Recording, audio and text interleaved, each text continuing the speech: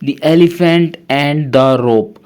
Once a man was passing by a camp of elephants. He noticed that these huge animals were only held by a small rope tied to one of their legs. There were no chains or cages keeping them in place.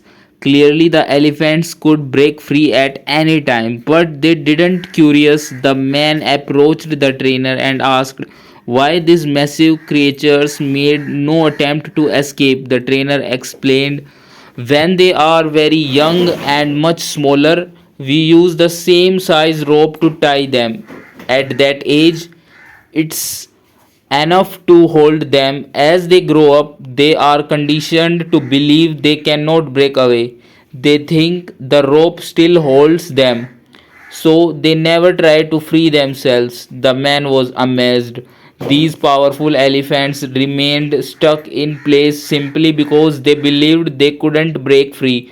Moral: just like the elephants, many of us go through life holding on to the belief that we can't achieve something simply because we failed it at before. Failure is the part of learning. We should never give up trying, no matter how many times we fall. Belief in your own potential is the key to breaking free from